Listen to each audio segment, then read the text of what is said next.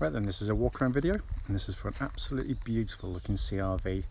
This is a 2 litre EX automatic, finished in this beautiful twilight blue, but the car's been fitted with loads of exterior options, notably the urban exterior pack, so you get the front and rear bumper, extensions at the bottom with the little chrome inserts, these aero styled side steps on the car, and the high level rear spoiler. Also comes with this really lovely private plate as part of the sale of the car, which is worth a bit of money, but it looks fantastic and is in lovely condition. We've literally just bought this car back from a customer who's had it for some time. Circumstances meant that unfortunately it does have to sell the car, but we're glad to see the car back because it is absolutely beautiful. Bonnet, bumper, clean as a whistle. Panel works absolutely beautiful back there. So I'm going around a little bit quicker because the sun's going to come out and start becoming very, very glary in a second. But it's so clean, it's wonderful, it really is. One of my favourite views of these cars has always been this from the back. The high level spoiler, the side steps, the trim there, all just make it look, it's subtle, but just completely changes the stance of the car. It looks absolutely fantastic. Come around to the offside, driver's side of the car. Again, really smooth in the panel work. It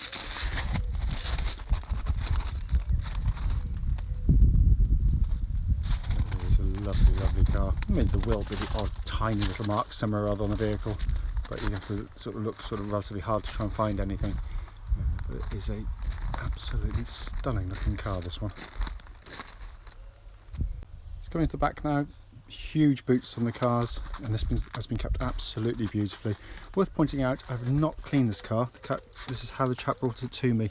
It's got the load liner in here, which is lovely to see. So that means that the carpeted area is underneath. Look pretty much as new back there. It's coming into the back of the car now. It's got this beautiful interior on the car. It looks absolutely fantastic.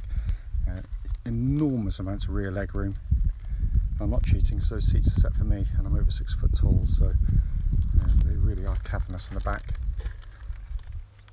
It's coming in the front and near side. All the door cards are in really, really lovely condition. Leather work again, absolutely fantastic. So finally, driver's door card, again absolutely clean as a whistle, including all the little recesses. So it's been kept very, very, very well. So inside the car now, engine's running through sections so the dash can be seen illuminated.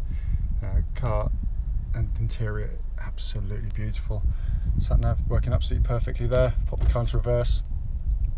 Get that lovely clear gridded parking camera, all working exactly as it should. Come across to the main dashboard binnacle there. Hopefully you can see 54,458 miles. There are no warning lights on the dashboard at all whilst the engine's running here.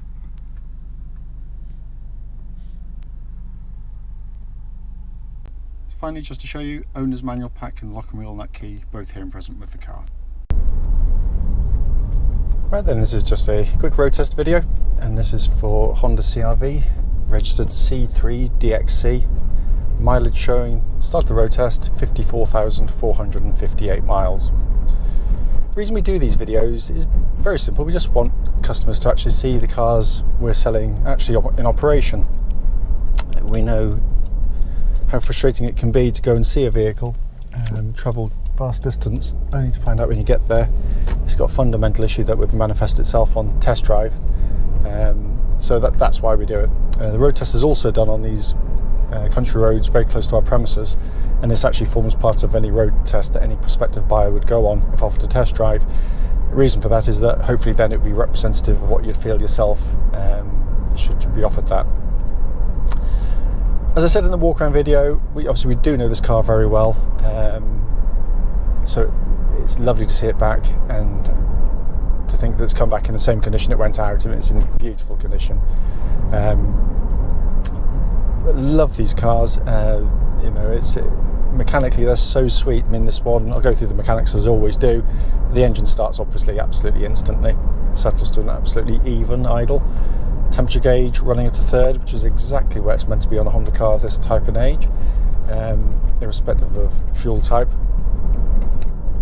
And there are no warning lights at all on the dashboard whilst the engine's running at all.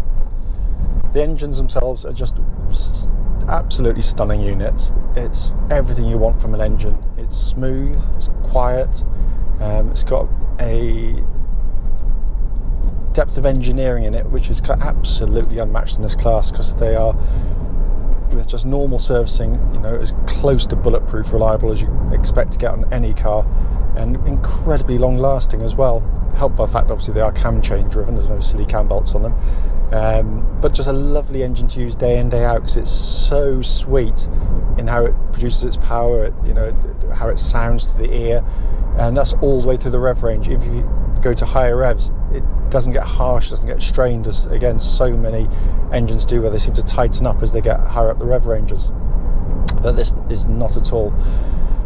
Engine then feeds through into the automatic gearbox, which is expect from Honda. It's an absolute class act, really slick, smooth gear shifts, ratios chosen to find a very happy compromise between fuel economy and also the performance of the car. Chap that had it actually, and I know he's a good driver, but I know how driving techniques can vary massively in terms of fuel economy, but he was averaging over 40 to the gallon, which, and again on the motorway, is very easy to achieve that kind of fuel economy. As it said with gearboxes, you should always, regardless of the reputation of the manufacturer, just do the basic checks on them, make sure that they're good. Just make sure that from standstill they select drive and then reverse without any great delays or thuds as they engage, and on the move the gear changes should be smooth, and these are absolutely perfect in that sense. Steering of the car, again, a real strong point on the Hondas. It's a nice small diameter steering wheel, feels very sporty in hand. Steering's really nicely weighted, very positive on the road. It also happens to track absolutely bullet straight. There's no vibrations at all coming through the steering wheel at this speed, or any speed up to the legal limit at which we're allowed to drive these cars. But it's a really lovely power steering system. The suspension of the car, which is again beautifully judged. Honda know this market absolutely intimately. I mean, the CR-V is the best-selling SUV in the world, so it gives you some idea of how successful the car's been, and for good reason. Because what it gives you is a really compliant, comfortable ride, but with really good body control. You don't get that horrible kind of lurching and huge lean angles that you can get in some cars. It just makes the car feel really solid and sorted on the road, and it sweeps through bends and tighter stuff really well. It isn't a sports car, it's not meant to be, but what it is a very accomplished vehicle for the type of vehicle it is. And there's no noises coming from underneath the vehicle that shouldn't be there, no sort of rattles or clunks, nothing at all. So everything's exactly as it should be there.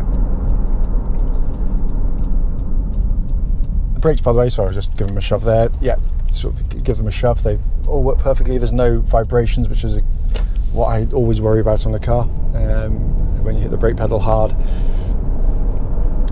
Looking around inside the car, again, I mean, build quality on these things is astonishing. It is so well made. No squeaks, no rattles, no creaks from the interior. Just a really nicely done car inside as well. It's very easy to get on with. It's a very highly equipped car, but you don't feel phased when you get into the vehicle. It's all very simple to operate.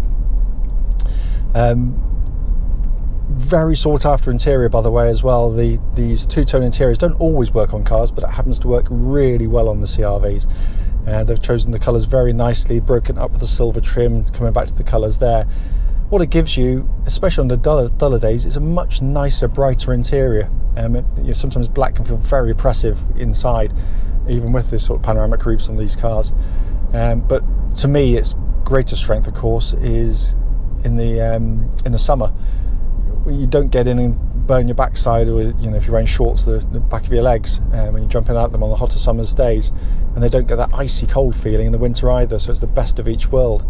And in terms of practicality, they're actually really practical. If you spill something, just wipe it off straight away, the baby wipe or something like that, and it's very easy to keep them up together. As I said in the walk around videos, sat nav, everything's working exactly as it should. air conditioning pumping out absolutely ice cold air. It's quite a warm day today and it's coming out lovely and cold. Heated seats, electric seats, all working exactly as they should. All the switchgear has that wonderful actuation and quality of actuation that Honda give you. They really assemble these things beautifully, and right down to the last little switchgear or piece of switchgear. So I'm just going to zip past this thing a second.